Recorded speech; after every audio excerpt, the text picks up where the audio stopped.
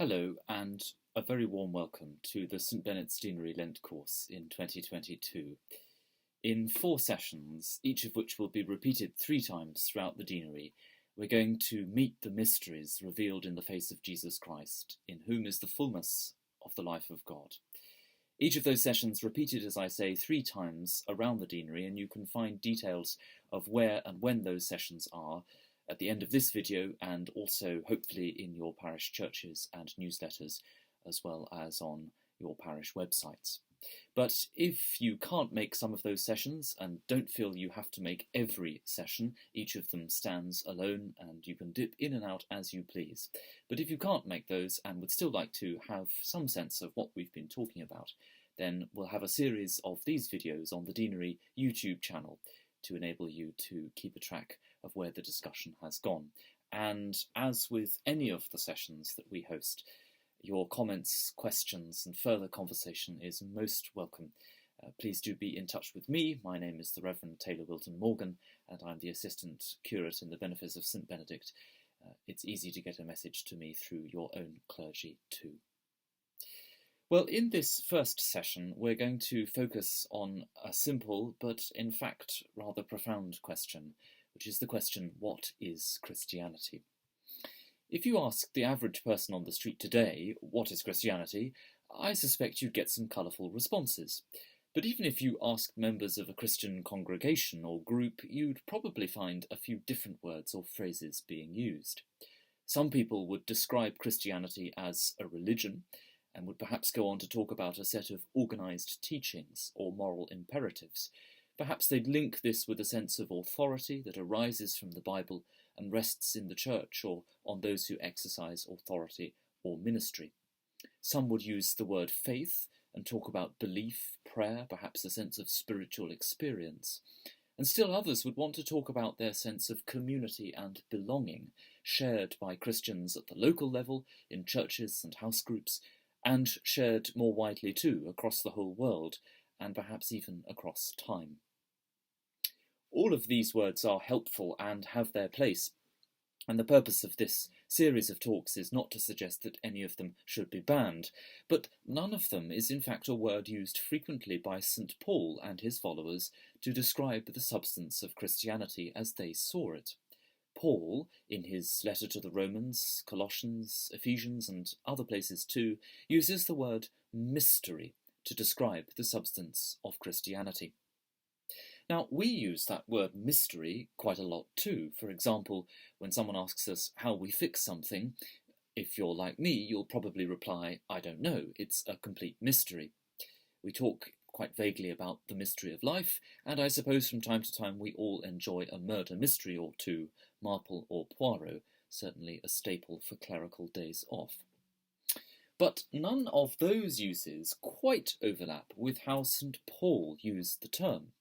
He thought that mystery, mysterion in Greek, the language he spoke and wrote in, he thought that that word mystery meant something more than a puzzle to be solved. In Colossians chapter 2, he describes Jesus Christ himself as God's mystery, and elsewhere he argues that Christians are responsible not for solving this mystery, but for handing it on as stewards of the mysteries of God. Well, why does he use this word, and how exactly does he understand it? To answer these questions, we're going to have a look at 2 different words, one of which St. Paul doesn't use, and one of which he does. And our examination and reflection will take us to a place where perhaps we can appreciate better why this particular word, mystery, keeps cropping up. So first, it might surprise you to discover that St. Paul doesn't really use the word religion to describe Christianity. It's true that he does use a Greek word, threskia, to describe his own particularly strict practice of Judaism in his former life, and in many Bible translations that is rendered religion. But Paul doesn't argue anywhere that the movement centred on Jesus, of which he is a part, is what you would call a religion. Part of the answer as to why that is lies in the kind of thing religion was understood to be in the ancient classical world to which Paul belonged. In both Greek and Roman cultures, religion described a system of obligations to appease and honour the gods. It was a system of rites, things to do rather than things to believe, and typically these involved some element of sacrificial practice or offering by which the interests of gods and humans could be harmonised and aligned, and prosperity and peace guaranteed for the city, the polis, one belonged to. Cities, settlements that honoured their gods and goddesses with temples, shrines and idols would see peace and growth. Those that neglected their ritual obligations did so at their peril. Being religious and being a responsible and good citizen went hand in hand. Our word religion comes from the Latin ligare, to bind, and its roots give us words like ligament and ligature, both things that bind bits of us together and keep us moving.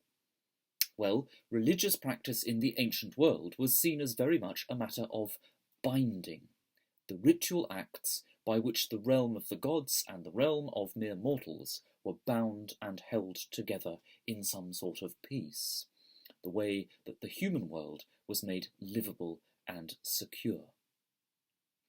Which is why Jews and Christians were seen as very dodgy citizens, at best just not the sort of people you'd want to make friends with, and at worst subversive, dangerous, risking the stability of the city or society, and therefore deserving of persecution, perhaps even of death. For Jews and Christians did not honour the pantheon of gods with sacrifice and ritual observance. Increasingly they came to speak of a rival and higher loyalty in the one God of heaven and earth. That's why Paul is so frequently met by the accusation that his preaching is risking the safety and security of the city he is in. For example, in Acts 16, verse 24, he and his followers are accused of disturbing the peace of the city. In Acts 19, he faces a riot by Ephesian citizens, furious that he has dishonoured their goddess Artemis by interrupting the making of idols that honour her presence and blessing on the city. And perhaps most famously, we have a scene in Acts 17 in which Paul is brought to the Areopagus in Athens to explain himself after he has been denouncing the idols and shrines he sees across the city and in the marketplace. It's easy to read this, perhaps under the influence of various Renaissance paintings, as a deliberation or a cosy academic seminar. Paul explains the philosophical basis for his beliefs. In fact, Paul was not in any such cosy discussion. Really, he was on trial. Paul's life was directly at risk.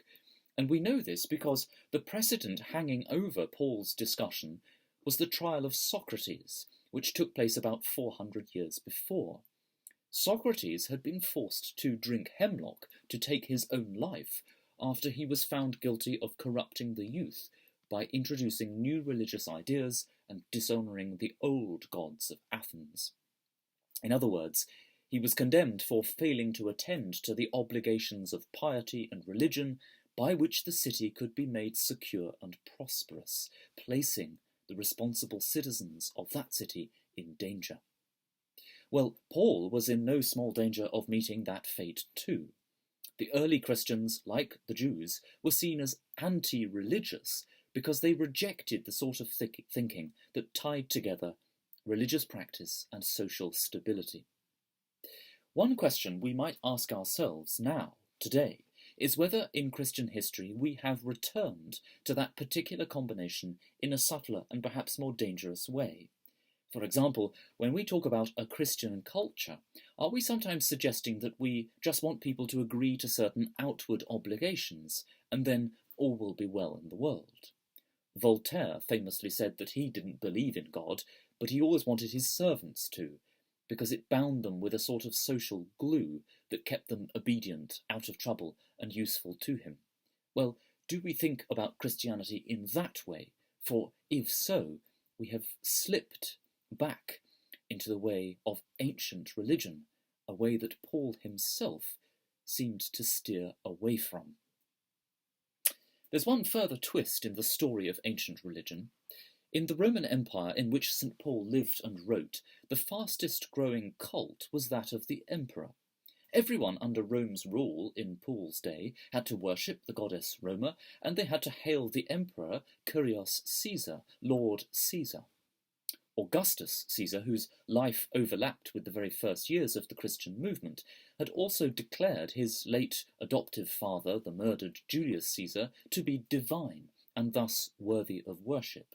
And that made him, Augustus, the Deiphilius, the son of the deified one, or in Greek, huios theou, son of God.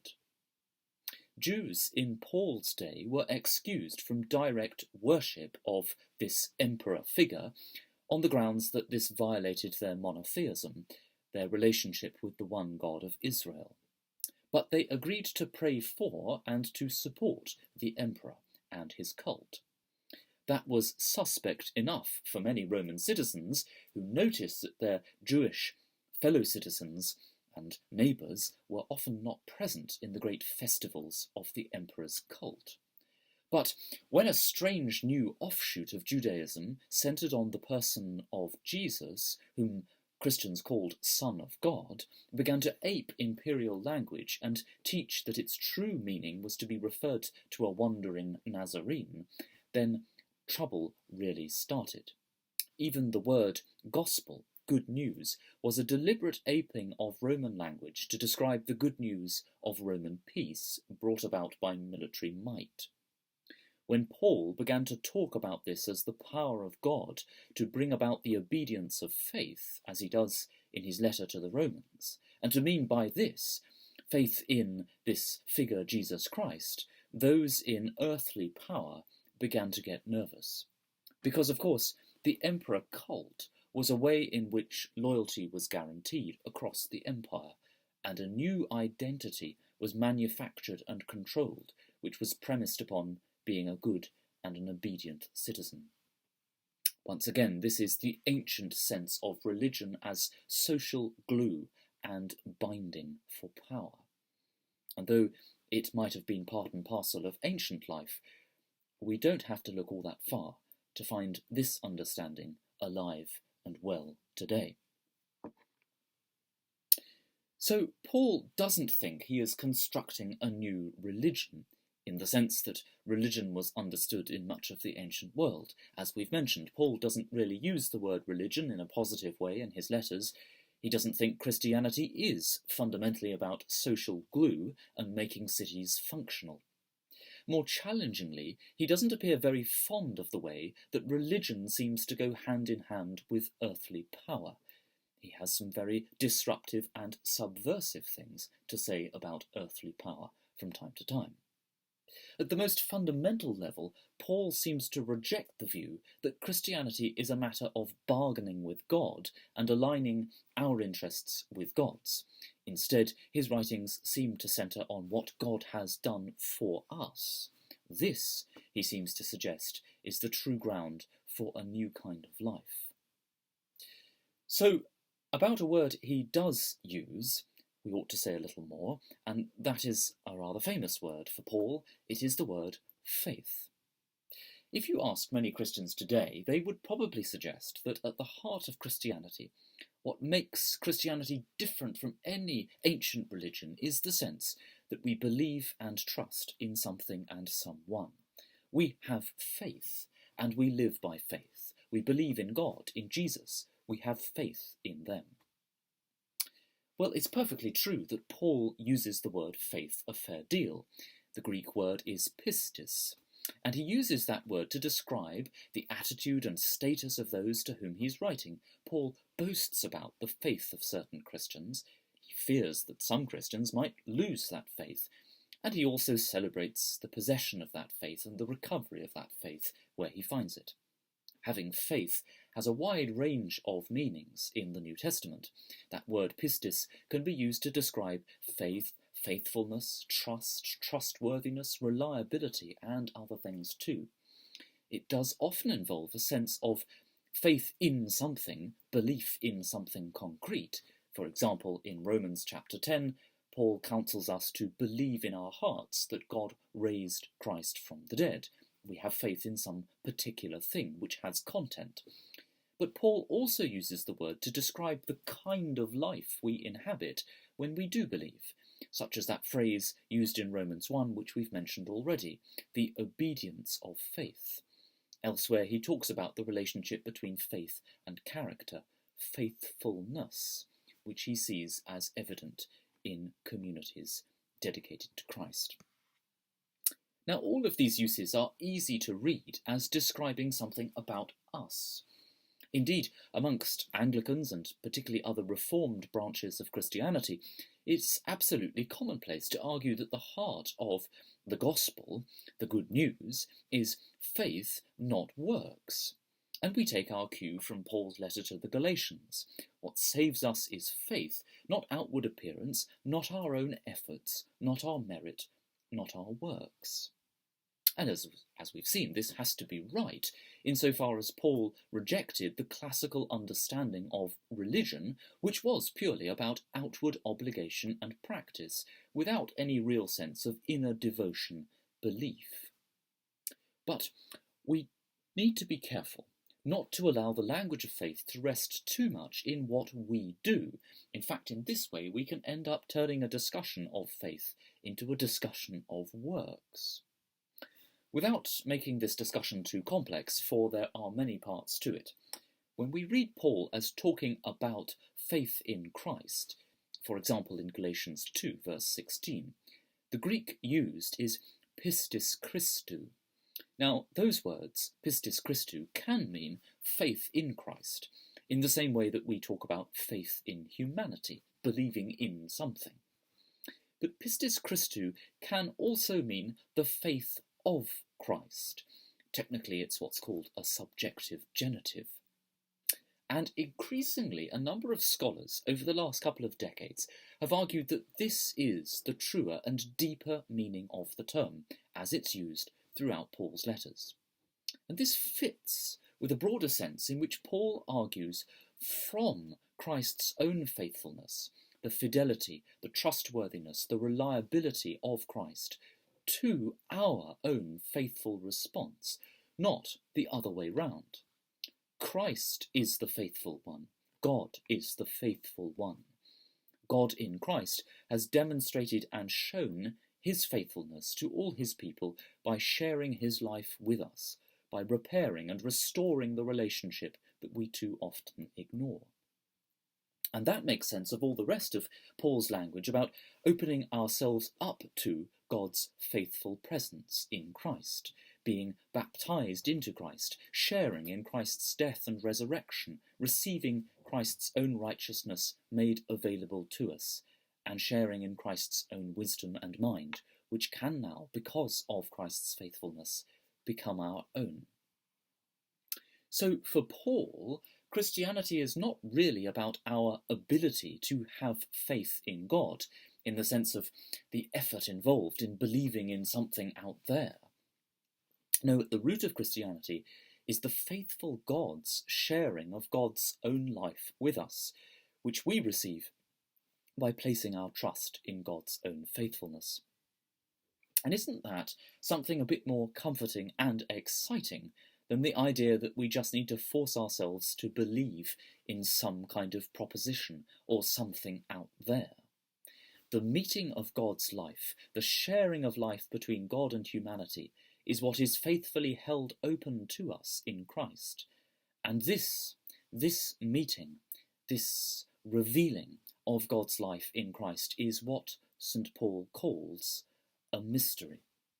More specifically, Christ is the mystery of God. And so now we can finally ask ourselves what he really meant by that word.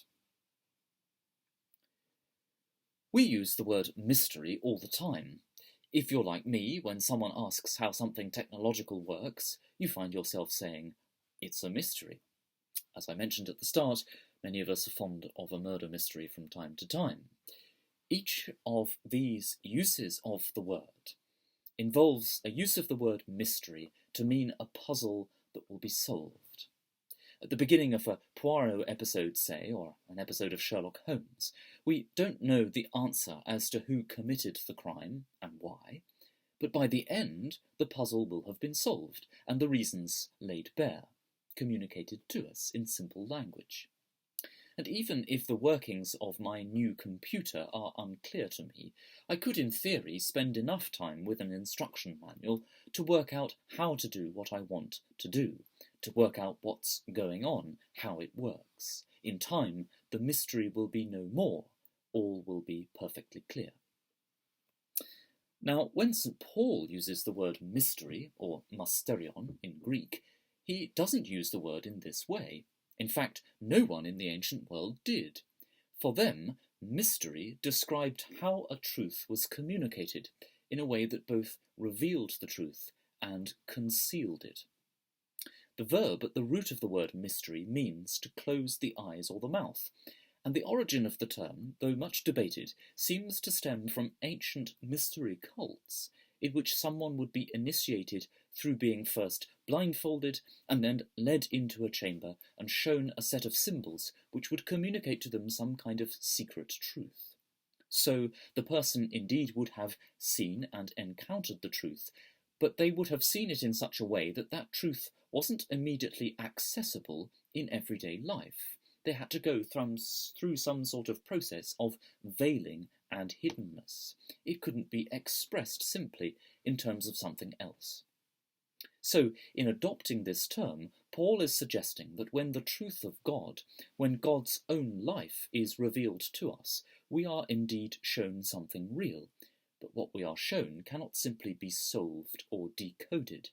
What we are shown transcends our categories of perception and understanding and speech. Perhaps an analogy will make this clearer. When I listen to a piece of music, for example, if I listen to a magnificent piece of Bach, what I encounter and experience is something profound, which communicates to me a deep truth and a reality which I can savour and discern. I can think through this experience, I can go back and listen and clarify and reflect. But what I can't do is simply solve it and reduce the experience of listening to Bach into a set of statements or propositions. I can't simply translate it into a set of statements. Similarly, when I meet another human being, a friend, or perhaps someone I haven't met before, what is revealed to me is something I can think through and reflect on. But I can never say I've solved or reached the end of what I encounter in another human soul. What I have encountered has been mediated to me, and that makes it available to me to speak about, to ponder, to reflect upon, and to reason my way through. But it is given to me in such a way, mediated to me, that I can never simply reduce what I have encountered to a single answer or to a set of universal statements. Well, says St. Paul, in the person of Jesus Christ, we meet, we really touch and encounter the life of God. That meeting with the life of God is absolutely real. As the first letter of John puts it, it is indeed what we have heard, what we have seen with our eyes, what we have looked at and touched with our hands. It is as palpable and tangible as that. Yet because what we meet is the life of God, which is eternal and infinite and invisible, as this life is mediated to us, it is also concealed and hidden. In this way, Christ is a mystery, because in Christ, the life of God draws close to us and touches our human condition. And that touch really manifests God's life and active love. Yet in so doing, it is always drawing us beyond what we can say into the depths of God's infinite life. And as we meet that life through the mediation of Christ, so what is revealed to us is also hidden. What is made known to us cannot simply be reduced and translated. To meet God in Christ is to be drawn into the depths of a life we cannot simply describe or contain or translate in terms of our own pre-existing knowledge. Christian living instead takes as its basis being drawn into the life of God through attending to the mystery that makes that life known, in much the way that we attend to the person of our beloved or our friend. So Christians are to attend to the face of Christ. That is the heart of the mystery that makes for us the life of God truly known, as at the same time it draws us beyond what we can possibly say or describe or contain. So let's draw the strands of our reflection today together. Firstly, Paul doesn't think that Christianity is a religion in the ancient sense, because ancient religion is about bargaining with the gods through performing obligations. Christianity takes as its foundation not gods who need to be bargained with, but the God who acts for us and binds himself to us everlastingly.